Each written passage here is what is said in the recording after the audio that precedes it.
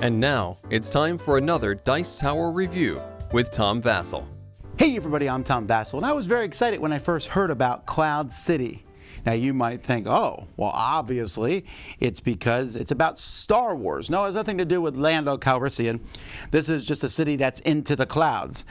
I was excited because it's by Phil Walker Harding, and I really like his designs. Phil Walker Harding tends to take games that have very simple concepts, just a few rules in them, and they feel smooth and elegant and fast. So I tend to enjoy that. That plus Blue Orange, who makes some pretty high quality games.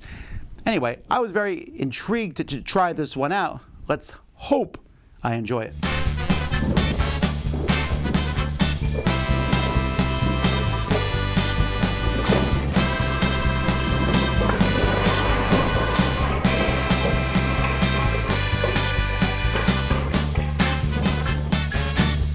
In this game, players are going to be building a 3x3 grid of your city, unless you're playing 2 or 3 player game in which you'll build a 3x4 grid.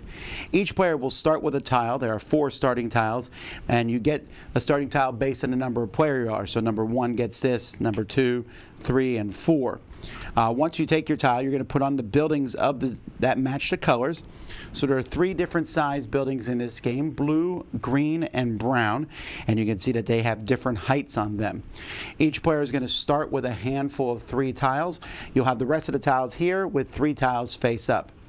On your turn, you're going to place a tile adjacent to one of those in your area. Again, not breaking the 3x3 grid, so if I place one here, I can't place another one here. I would have to put the next one here or here, like that.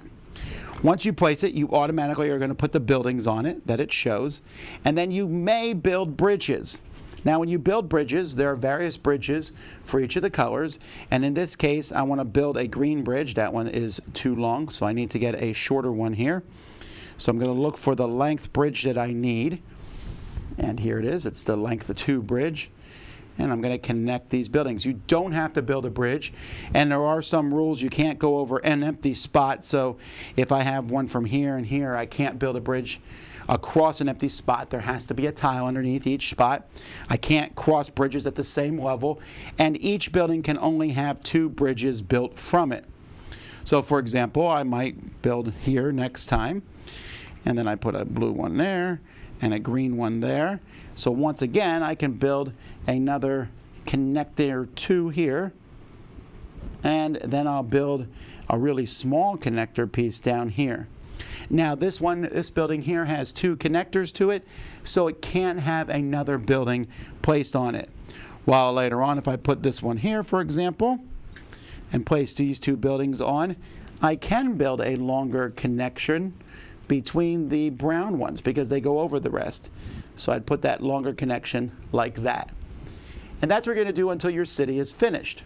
You'll be taking one of these tiles at the end of your turn, or you take the top one from the deck, so that you have 3 tiles again in your hand. And you keep going till each player has a complete 3x3 grid.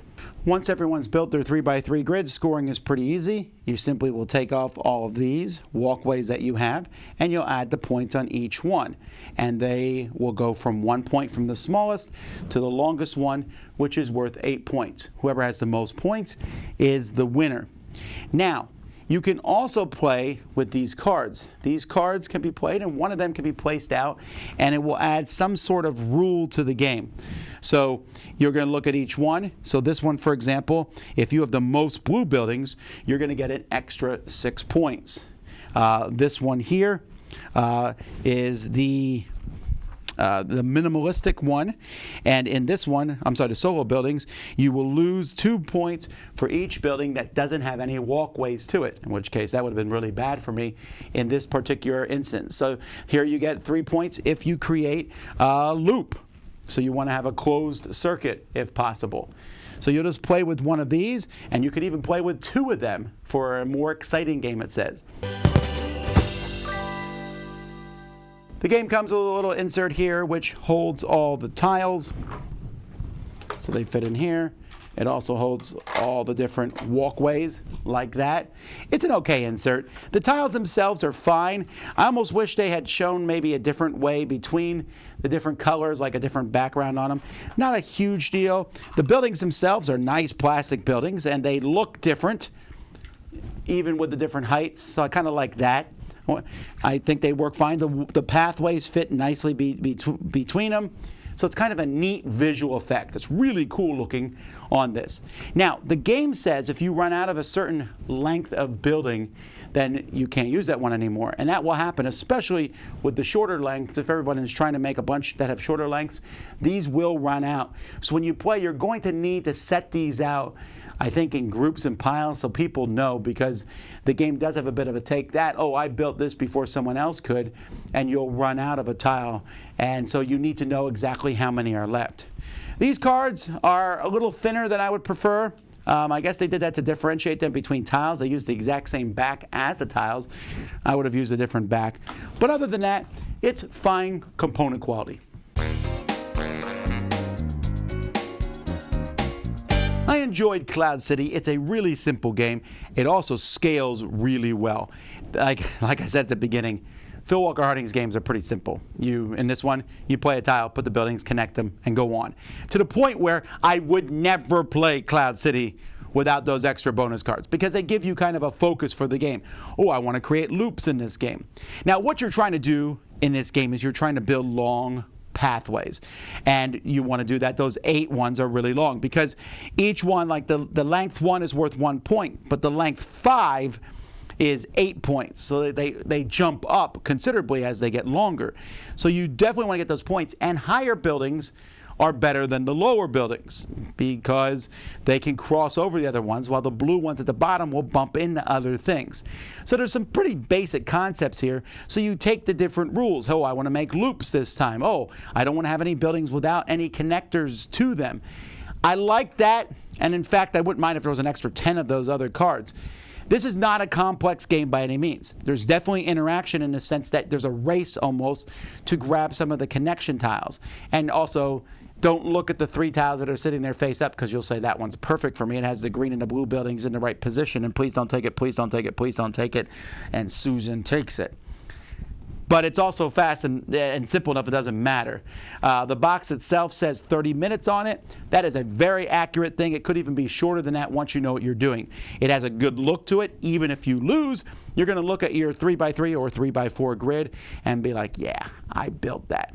And in fact, I think I like building the city so much, I prefer, even though it scales to 4, I think I prefer to play it with 2 to 3, just because I can build a bigger grid and have more passageways around there.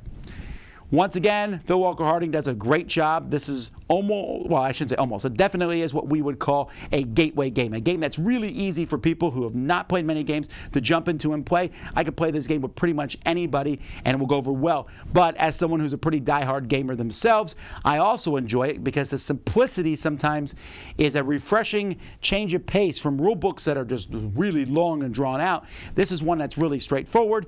And who doesn't like to build plastic buildings all over the board and connect them with walkways? And because the grid is only 3x3 or 3x4, it's not so much that, I thought maybe at a certain point I'd be like, I'm putting this in and now the whole thing's going to collapse.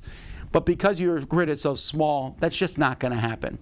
So a fun little game, certainly one to check out. That's Cloud City. I'm Tom Vasel. We'll see y'all next time. Dice Tower Judgment approved.